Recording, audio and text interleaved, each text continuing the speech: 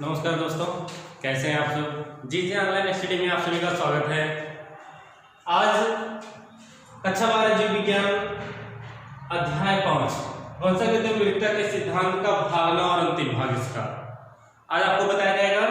इससे पहले 8वें भाग में आपको बताया गया किस तरीके से जीनों में उत्परिवर्तन की क्रिया के द्वारा रोग उत्पन्न होते हैं, इसे बताया जा रहा है। जिसमें से आपको बताया गया था गुणसूत्र के बारे में कि जो गुणसूत्र होते हैं, गुणसूत्र जो पाए जाते हैं मनुमानव में कुल 46 गुणसूत्र होते हैं। 46 में से 44 जो होते हैं वे कायिक गुणसूत्र कहलाते हैं, कायिक गुणसूत्र कहलाते हैं।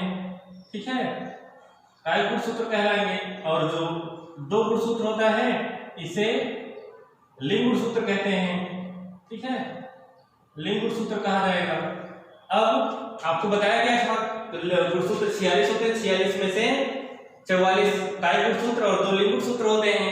अब आपको कायिक गुणसूत्र के बारे में बता दिया गया था, यानी कायिक गुणसूत्रों में जीन के द्वारा कौन कौन से रोग उत्पन्न होते हैं इनके बारे में आपको भाग 8 में बताया गया। अब आपको बताया जाएगा जो 2 लिंग गुणसूत्र होते हैं इनके द्वारा किस तरीके से रोग उत्पन्न होते हैं, कौन कौन से रोग उत्पन्न होते हैं। तो आज इसी के बारे में चर्चा किया जाएगा। तो हम हेडिंग बना लेते हैं, या जो आज का टॉपिक होगा यह होगा कि लिंग गुणसूत्रों पर उपस्थित लिंग गुणसूत्रों पर उपस्थित जीन्स द्वारा जीन्स के उत्परिवर्तन, जीन के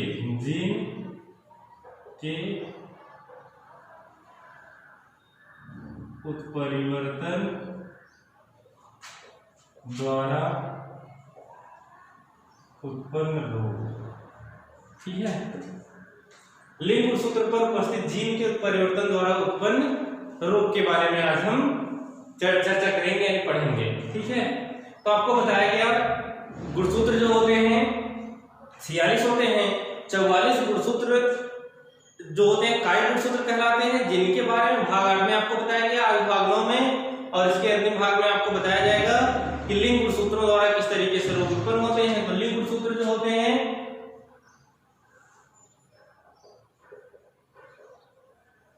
लिंग गुणसूत्र कितने होते हैं? 2 होते हैं। नर में और मादा में यह अलग अलग पाए जाते हैं। नर में XY और मादा में XX होते हैं। अब आपको देखना क्या है, इन्हीं लिंग गुणसूत्रों के जीन्स द्वारा किस तरीके से रोग उत्पन्न होता है। ठीक है, इसी के बारे में हम चर्चा करेंगे। लिंग गुणसूत्र पर उपस्थित जो जीन्स होते हैं उन्हें लिंग संलग्न जीन कहा जाता है। यानी जीन्स पर लिंग गुणसूत्र पर उपस्थित जीन्स को लिंग संलग्न जीन कहते हैं। और लिंग संलग्न जीन से उत्पन्न लक्षण को लिंग संलग्न लक्षण कहा जाता है। और लिंग संलग्न लक्षण के वंशागत को लिंग संलग्न वंशागत कहते हैं। याद कर लीजिएगा इसे। ठीक है, अब हम चर्चा करते हैं इसके बारे में। नर में XY और मादा में XX गुणसूत्र होता है। अब किस प्रकार से नर और मादा लिंग गुणसूत्र के जीन्स पर रोग उत्पन्न होते हैं इनके बारे में चर्चा करते हैं। तो जो गुणसूत्र होते हैं ये 3 प्रकार के होते हैं। गुणसूत्र कितने प्रकार के होते हैं? 3 प्रकार के। पहला जो होगा वह X संलग्न जीन, यानी X संलग्न जीन रोग, X संलग्न रोग कह सकते हैं, जीन नहीं कहेंगे। X संलग्न रोग। ठीक है, दूसरा जो होगा Y संलग्न रोग, Y संलग्न रोग। और तीसरा जो होगा XY संलग्न रोग। ठीक है। पहला इसे बताया गया कितने प्रकार का होता है, यह 3 प्रकार का। कौन से प्रकार का होता है, लिंग गुणसूत्र। कितने प्रकार के होते हैं, 3 प्रकार के होते हैं। पहला यक्ष संलग्न रोग। अब यक्ष संलग्न रोग क्या है, इसके बारे में जान लेते हैं। अब बताया गया इसमें, यानी ऐसा रोग जो क्या हो, यक्ष पर ही उपस्थित हो। ठीक है, यक्ष पर उपस्थित हो। इससे पहले आपको बताया गया है कि जो प्रभावी होते हैं वे रोग को प्रदर्शित नहीं करते हैं, रोग के वाहक नहीं होते हैं। जो अप्रभावी होते हैं वही क्या होते हैं, इस रोग के वाहक होते हैं। तो इसमें जो होता है यक्ष संलग्न जो रोग होते हैं, यक्ष संलग्न मतलब यानी जो रोग यक्ष पर, जिनका जीन क्या हो यक्ष पर पाया जाए उसे यक्ष संलग्न रोग कहा जाता है। जैसे एग्जांपल में आप देख सकते हैं, एग्जांपल में इसमें हीमोफीलिया और वर्णांधता, हीमोफीलिया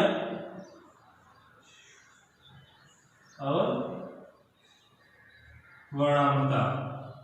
ठीक है, हीमोफीलिया और वर्णांधता इस रोग का उदाहरण है जिसमें यह संलग्न रोग के जीन द्वारा उत्पन्न होता है। और जो दूसरा दिया गया वाई संलग्न रोग और यक्ष वाई संलग्न रोग। वाई संलग्न रोग यानी ए ऐसे रोग जो क्या होते हैं, वाई जीन पर उपस्थित होते हैं, लेकिन यहाँ आपके सिलेबस में नहीं, आपको सिर्फ इसी के बारे में पढ़ना है, इसके बारे में नहीं पढ़ना है।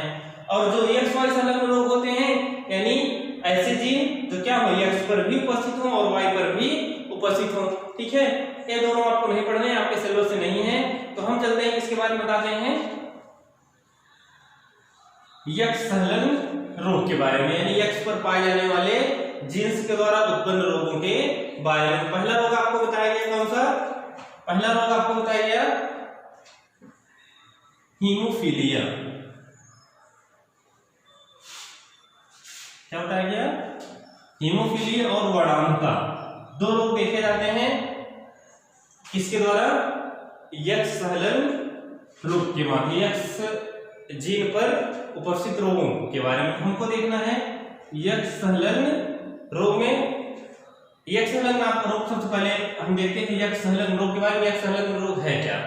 ठीक है, उसके बारे में चर्चा करते हैं। यक्ष संलग्न रोग, ठीक है, यक्ष संलग्न रोग के बारे में पहले हम देखते हैं, फिर उसके बाद हम देखते हैं आगे। यानी जो यक्ष संलग्न रोग में आपको एग्जाम्पल अभी बताया गया हीमोफीलिया। ठीक है, तो इसमें हीमोफीलिया एक ऐसा रोग है जिसके माध्यम से, यानी जिसमें त्वचा कहीं से कट जाए। यक्ष संलग्न रोग में किसको देखना है, हीमोफीलिया को देखना है। यानी हीमोफीलिया रोग में क्या होता है, त्वचा अगर कहीं से भी क्या हो जाए, कट जाए और वहां पर क्या होता है, नॉन स्टॉप ब्लीडिंग होनी शुरू हो जाए, यानी जो रक्त परिवहित होना शुरू हो जाए वो रुके ना। ठीक है, नॉन स्टॉप ब्लीडिंग की प्रक्रिया जब शुरू हो जाती है और वहां पर थक्का नहीं जम पाता, अत्यधिक मात्रा में रक्त का स्राव होने से उस रोगी की क्या हो जाती है, मृत्यु हो जाती है। यह रोग बहुत इंपॉर्टेंट भी हो जाता है तब से, क्योंकि यह रोग किसको हुआ था, महारानी विक्टोरिया को।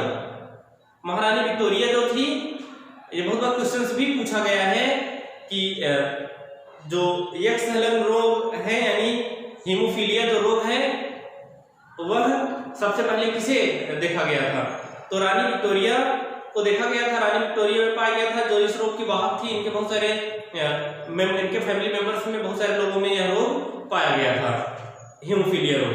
तो अगर जब इसमें क्या होता है, रुधिर में थक्का नहीं बन पाता, रुधिर में थक्का न बन पाने के कारण क्या हो जाता है, निरंतर रुधिर बहने के कारण व्यक्ति की मृत्यु हो जाती है।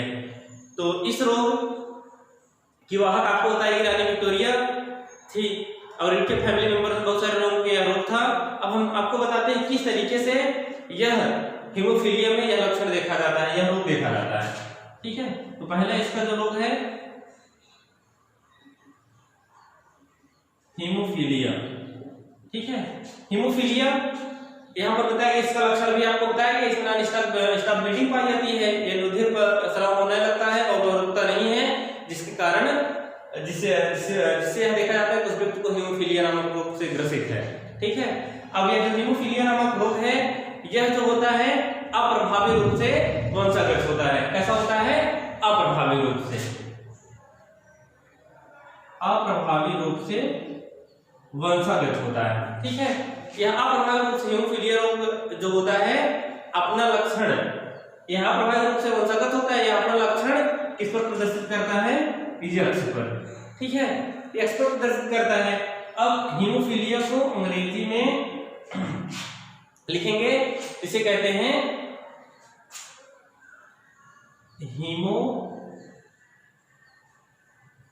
हीमोफीलिया। तो इसका जो पहला अक्षर है इसे स्मॉल अक्षर एच में यहां लिख दिया जाता है। ठीक है, तो हीमोफीलिया जो रोग होता है उसका जीन यक्ष गुणसूत्र पर क्या होता है? उपस्थित होता है। इसका जीन हुआ यक्ष, ठीक है, उपस्थित होता है और अप्रभावी रूप से वंशागत होता है। आपको बताया गया यह कैसा होता है? अप्रभावी रूप से वंशागत होता है। और उसके बाद इसका अप्रभावी रूप से वंशागत होता है, इसका मतलब अपना लक्षण यह तभी प्रदर्शित करता है जब दोनों क्या हो? अप्रभावित हो, दोनों अप्रभावी रूप से उपस्थित हो। ठीक है, तभी यह अपना लक्षण क्या करता है? प्रदर्शित करता है। जैसे XH और XH, जब दोनों क्या हो? अप्रभावी रूप से हो, तब ये लक्षण क्या होते हैं? प्रदर्शित कर पाते हैं, अन्यथा ये अपना लक्षण प्रदर्शित नहीं कर पाते। सामान्य तौर पर देखेंगे, सामान्य में क्या पाया जाता है? XY पाया जाता है। जब दोनों इसमें क्या होंगे? XH XS दोनों पाए जाएंगे, तब क्या होंगे? ये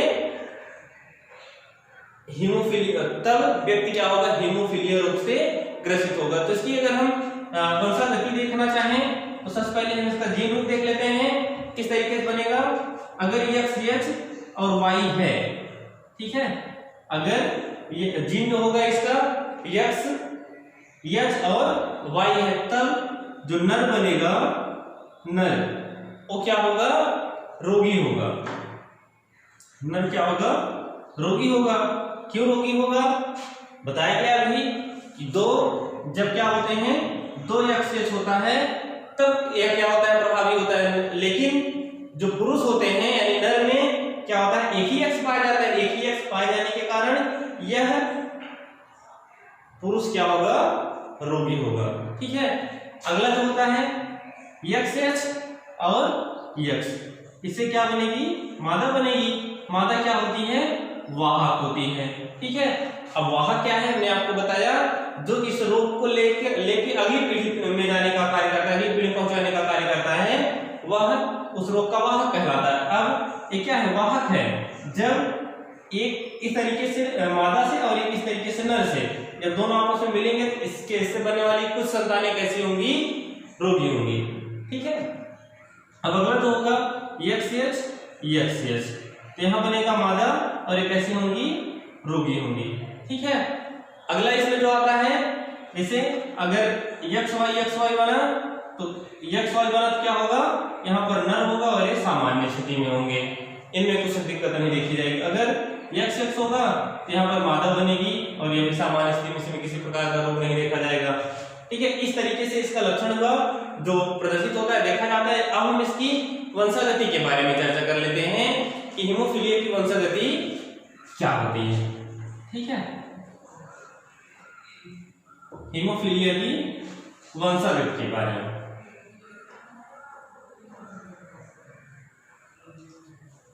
हीमोफीलिया की जो वंशागत होती है उसके बारे में हम देखते हैं। ठीक है, वंशागत के बारे में हीमोफीलिया के। ठीक है, लिंग संलग्न रोग में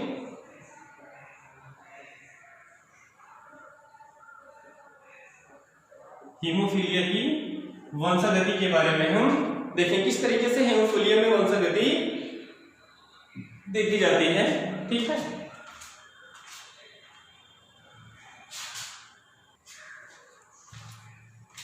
तो हम चर्चा करेंगे हीमोफीलिया की वंशागति के बारे में। तो इसमें देखना होता है वंशागति में कि बताइए पुरुष अगर हीमोफिलिक है और उसका विवाह ऐसी स्त्री से हो जाए जो क्या हो, इस रोग की वाहक हो, किस रोग की, हीमोफीलिया रोग की, इस रोग की वाहक हो, उसकी संतान में कैसे किस तरीके से रोग उत्पन्न होगा यही देखना है इसमें। तो पुरुष कैसा होगा, सामान्य होगा, पुरुष हीमोफिलिक होगा, ठीक है। पुरुष कैसा होगा, हीमोफिलिक होगा यानी इस रोग से ग्रसित होगा, और जो स्त्री होगी उसकी वाहक होगी। तुम देखेंगे इसको, पुरुष क्या है, हीमोफिलिक है, इसका एक X पे X होगा और दूसरी Y होगी, ठीक है।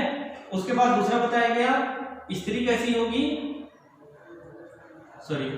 स्त्री कैसी होगी, इसकी स्त्री क्या है, वाहक है इस रोग की, इसका एक X और एक X, ठीक है। इस तरीके से होगा। अब इसमें क्या होगा, युग्मक का निर्माण होगा। एक ऐसा है हीमोफिलिक है, ठीक है, यहां लिख लेंगे चाहे हीमोफिलिक, ठीक है, यह हीमोफिलिक देखा जाएगा। अब इसे कह सकते हैं हम जनक, ठीक है। अब इसके माध्यम से किसका निर्माण होगा, युग्मक का, देख सकते हैं यहाँ पर युग्मक बनेगा। अब युग्मक क्या बनेगा, XX और Y, और उसी तरीके से यहाँ पर भी, ठीक है, XX और X, ठीक है। तो XH के साथ मिलेगा तो बनाएगा XH और XH जो है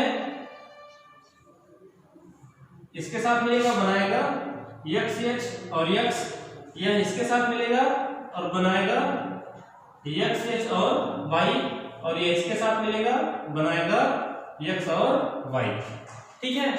इस तरीके से स्पष्ट होता है कि यहाँ पर क्या हुई, स्त्री रोगी होगी, और यहाँ पर क्या होगी, स्त्री वाहक होगी, और यहाँ पर क्या होगा, पुरुष कैसा होगा, रोगी होगा, और यहाँ पर कैसा होगा, पुरुष सामान्य होगा, ठीक है।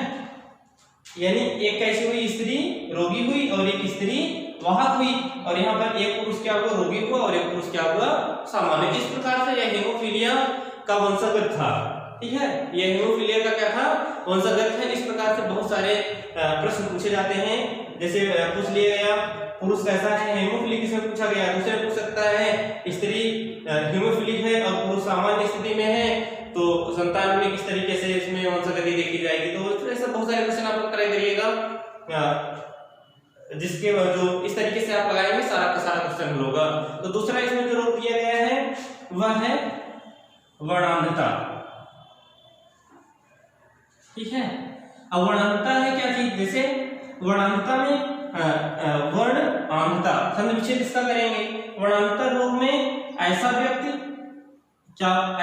जो क्या करे, कलर को ना पहचान सके। कौन सा कलर, लाल और हरा रंग ना पहचान सके, उसी को किसमें रखा गया है, वर्णांधता में रखा गया है। अब नाम से ही स्पष्ट है ना, वर्णांधता, ठीक है। वर्णांधता या कलर ब्लाइंडनेस इसे कहते हैं, ठीक है, वर्णांधता या कलर ब्लाइंडनेस, ठीक है। अब वर्णांधता का अगर संधि विच्छेद करेंगे, वर्ण धन आंधता, ठीक है। वर्ण मीन्स रंग, आंतर मीन्स ना देख पाना, जो क्या हो, रंग को ना पहचान सके, ठीक है। जैसे कौन से रंग को, लाल और हरे रंग को जो ना पहचान सके वही उसी इसमें रखा गया है, वर्णांधता में रखा गया है। जैसे इसमें होता क्या है, एक जैसे जिसका बैकग्राउंड क्या हो जाए, लाल हो जाए, लाल, और इसमें मान लीजिए 4 लिखा गया है, या किस रंग का हो जाए, हरे रंग का। तो ऐसा व्यक्ति जो क्या करे, लाल और हरे रंग में विभेद उत्पन्न न कर पाए, वो क्या होता है, वर्णांधता का शिकार होता है, यानी वह व्यक्ति वर्णांधता का रोगी होता है, ठीक है। इस तरीके से क्या होता है, जैसे इस प्रकार के व्यक्तियों को रेलवे में नौकरी नहीं दी जाती है। रेलवे में सारा काम किसके ऊपर है, रेड और ग्रीन के ऊपर डिपेंड करता है। अगर ऐसे व्यक्तियों को रेलवे में नौकरी दी जाए क्या होगा, आप अंजाम जान सकते हैं। तो इस तरीके से क्या होगा, ऐसे व्यक्तियों को रेलवे में नौकरी नहीं दी जाती है जो कलर ब्लाइंडनेस होते हैं, ठीक है। अब इसमें भी जो जीन पाया जाता है वो क्या होता है, इसमें भी X संलग्न जीन होते हैं, और जो x संलग्न जीन होंगे वो क्या होंगे, अप्रभावी होंगे, ताकि आपको बताया गया है। ठीक है, x संलग्न होंगे। अब इसको x से प्रदर्शित किया गया, x संलग्न गुणसूत्रों पर देखा जा रहा है जो क्या है, अप्रभावी है।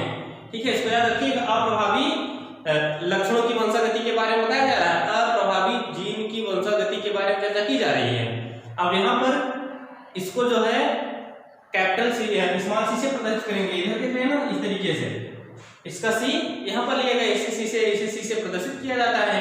और ये कैसे होंगे, अप्रभावी होंगे, इतना याद रखेंगे, ये कैसे होंगे, अप्रभावी लक्षण वाले होंगे। अब जब अप्रभावी होंगे, अप्रभावी जीन वाले होते हैं, लेकिन इसमें बताया गया जब आपको इससे पहले बताया कि जब अप्रभावी होते हैं, दो अप्रभावी होते हैं तभी अपना लक्षण प्रकट कर पाते हैं, अन्यथा अपना लक्षण प्रकट नहीं कर पाते। लेकिन पुरुषों में जैसे बताया गया XC और Y क्या होंगे, पुरुष ये रोगी होंगे। ठीक है, रोगी होंगे, मेल होंगे तो ठीक है, मेल है, रोगी हैं। और अगर XC और X हो जाए, ये क्या होगी, वाहक होगी। और क्या बनाएगी, फीमेल, फीमेल जो होगी वह वाहक होगी। अगर XC दो बार हो जाए तो क्या हो जाएगा यार, रोगी हो जाएगी। कौन रोगी होगा, फीमेल। ठीक है, इस तरीके से। और अगर क्या हो जाए, वहां कोई रोगी हुई, और अगर क्या हो जाए X इस तरीके से सामान्य हो जाएंगे। कौन सामान्य हो जाएगा, फीमेल। और अगर XY हो जाए तो क्या हो जाएगा, यह भी सामान्य हो जाएगा। कौन सामान्य होगा, मेल। ठीक है, इस तरीके से देखा जाता है। और अगर जैसे इसमें समझ में आई ना, कोई दिक्कत हो तो आप पूछ सकते हैं कमेंट बॉक्स में जाकर, कोई प्रॉब्लम नहीं होनी चाहिए। ठीक है, अब यहाँ पर आसानी से आपको पता है, जिस तरीके से आपने किसमें देखा, हीमोफीलिया में देखा, हीमोफीलिया में जिस तरीके से यह रोग प्रकट होता था उसी तरीके से कंडीशन, लेकिन इसमें सिर्फ इतना ही देखना है, यह कलर ब्लाइंडनेस है, यानी इस तरीके के रोगियों में रंग पहचानने की क्षमता नहीं होती है, यानी दोनों रंगों में फर्क नहीं कर पाते हैं। ठीक है, अब इसकी वंशागति अगर हम देखेंगे, किस तरीके से देखेंगे उसको हम देख लेते हैं। ऐसे क्वेश्चन पूछा जाता है, एक ऐसा पुरुष जो वर्णांधता से ग्रसित हो, उसका विवाह एक ऐसी स्त्री से होता है जो उसकी वाहक हो, जो उस क्या हो, वाहक हो। इस रोगी की वंशागत क्या होगी, जैसे पुरुष क्या है, वर्णांध है। वर्णांध पुरुष होने का मतलब एक XC और Y, पुरुष क्या है, वर्णांध है। ठीक है, पुरुष वर्णांध है, और स्त्री क्या है, रोग की वाहक। ठीक है, स्त्री रोग की वाहक होगी, कैसा होगा, XC। अब इसमें युग्मक बनेगा। ठीक है, इस तरीके से युग्मक क्या बनेगा, XC और Y, और यहाँ पर XC और X। तो इस तरीके से यहाँ बनेगा XC, और यहाँ पर बनेगा XC, और यहाँ पर बनेगा XC। ठीक है, सॉरी, X बनेगा और XC बनेगा, और फिर जो है यहाँ बनेगा XX। तो यहाँ पर देखेंगे, यहाँ बनने वाली जितनी नई जनरेशन, नेक्स्ट पीढ़ी जो होगी वो क्या होगी, स्त्री होगी और रोगी होगी। स्त्री होगी लेकिन क्या होगी, वाहक होगी। स्त्री होगी, वाहक होगी, और स्त्री होगी, सामान्य स्त्री होगी। ठीक है, सामान्य स्त्री। इस तरीके से देखें, एक पूरी तरीके से क्या है, रोगी है, और दो क्या है, वाहक है। ठीक है, सॉरी यहाँ पर एक Y दिखाया नहीं, सॉरी यहाँ पर Y होगा। ठीक है, यहाँ क्या बनेगा, Y बनेगा, यहाँ पर पुरुष होगा, पुरुष सामान्य। ठीक है, यहाँ पर एक Y होगा, यहाँ पर बनेगा पुरुष रोगी। ठीक है, यहाँ X हो गया था गलती से, इसके कारण पूरा उल्टा आया। फिर से यहाँ पर देखेंगे, जब XC और XC दोनों होंगे, क्या स्त्री रोगी होगी, फिर XC और X होंगे तो स्त्री वाहक होगी। Y और XC मिलेंगे तो पुरुष होगा रोगी, और Y और X मिलेगा तो पुरुष होगा सामान्य। तो इस प्रकार से और अंततः भी आपका क्या होगा, खत्म हुआ, पूरा टॉपिक आपका खत्म होता है अंतर्गत विस्तार के सिद्धांत।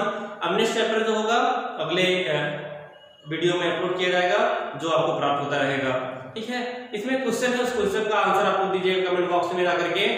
हीमोफीलिया रोग का जीन किस गुणसूत्र पर उपस्थित होता है, बस इतना ही देना है। हीमोफीलिया रोग का जीन किस गुणसूत्र पर उपस्थित होता है।